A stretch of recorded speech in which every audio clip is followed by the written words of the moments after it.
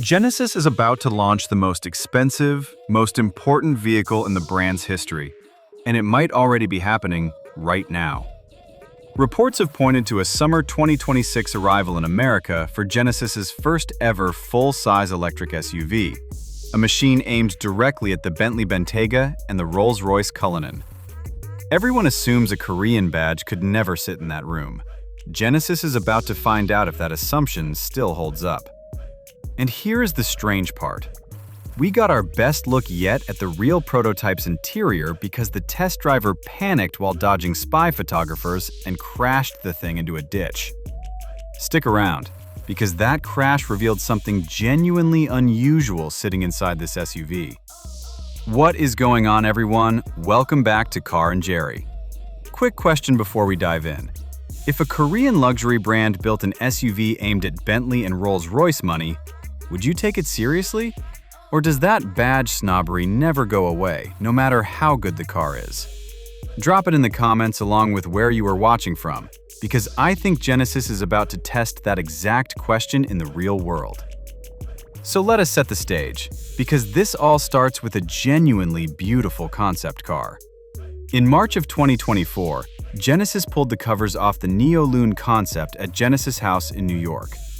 The name is a blend of the Greek word for new and the Latin word for moon, and Genesis says the whole design was inspired by Korea's traditional moon-shaped porcelain jars. It followed a philosophy the brand calls reductive design, clean surfaces with every unnecessary line stripped away. The showpiece feature is a set of coach doors with absolutely no B-pillar connecting the roof to the body, giving both rows of seats a wide-open, chauffeur limousine-style entrance. It even has a radiant cabin heating system inspired by ondol, the traditional Korean underfloor heating found in homes for centuries. This was not just a design study. Reports out of South Korea say this concept is becoming a real production SUV, badged the GV90. And in a few minutes, I will get to that ditch crash story, so do not click away. Here is why the GV90 matters so much to Genesis. Right now, the brand's biggest SUV is the GV80, a midsize model. The GV90 would be Genesis's first true full-size SUV, and the automaker is reportedly positioning it as its most upscale vehicle ever built, aimed squarely at buyers who would otherwise be looking at a Bentley Bentayga or a Rolls-Royce Cullinan. That is an enormous statement of intent from a brand that only fully launched worldwide about a decade ago. Spy photographers have already caught heavily camouflaged prototypes testing, and the daytime running lights, side indicators, and thin taillight strips visible under the wrap line up exactly with the lighting signature from the Neolun Concept. So while Genesis has not officially confirmed the GV90 by name, the visual evidence connecting it to that beautiful concept car is very strong. The renderings you are seeing in this video, imagine what that production SUV could look like, built directly on the Neolun's design language and the spy shot evidence gathered so far, though the final production reveal has not happened yet. Now, fine print number 1, the platform underneath and the real business risk hiding inside it. Reports point to this SUV riding on Hyundai Motor Group's next-generation electric architecture, an evolution of the EGMP platform used across the group today. The key change is standardization, with the new platform reportedly built around a small number of standardized motor types and a unified battery system, rather than a different setup for every model like today. This SUV is also expected to be among the first vehicles built at Hyundai Motor Group's brand new all-electric factory in Ulsan, South Korea, a facility built to produce nothing but battery-powered vehicles. A standardized battery system across multiple models also tends to unlock faster charging and more consistent range figures generation after generation, since the automaker is refining one core system instead of reinventing the battery for every single nameplate. Here is the risk, though. If Genesis gets this platform, this price tag, and this positioning wrong, it will not just be one SUV that flops quietly. It could set the brand's entire luxury ambitions back years, right at the moment competitors are making the exact same move. Comment, "Keep the doors," if you think Genesis needs to fight to keep those dramatic coach doors on the real production version.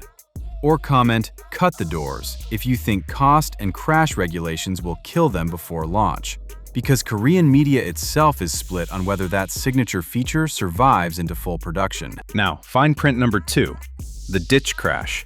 And here is the wild part. A GV90 prototype was being tested on public roads when the driver, trying to shake off the spy photographers trailing the vehicle, lost control and crashed straight into a ditch. Genuinely dramatic stuff, but because the vehicle was disabled, photographers got an unusually clear look inside.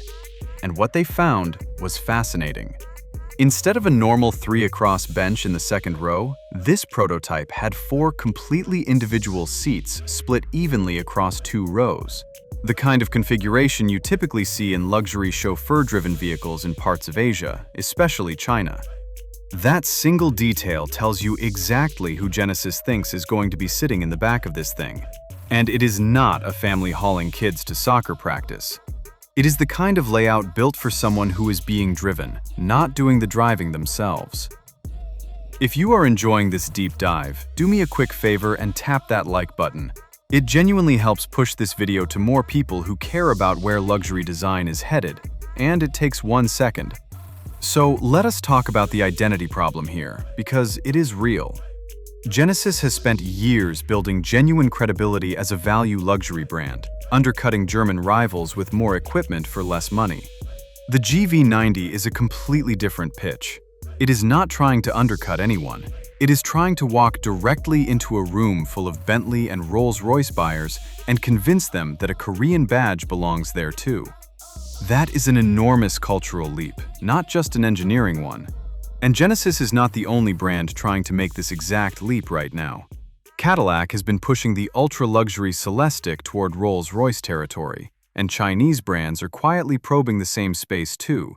So if the GV90 lands as promised, it will not be fighting Bentley and Rolls-Royce alone. It will also be fighting a wave of new challengers all aiming at the same wealthy buyers at the exact same time. Comment, "Genesis earned it," if you think the brand's design and quality have gotten good enough to make that leap. Or comment, "Badge snobbery wins," if you think ultra-wealthy buyers will never fully accept it no matter how good the car is. Because I think this comment section is going to be genuinely split. So here is my honest take. Whatever this SUV ends up being called when it officially arrives, the ambition behind it is remarkable. Remember that assumption I mentioned at the start? That a Korean badge could never sit next to a Bentley or a Rolls-Royce? A decade ago, that assumption was simply true.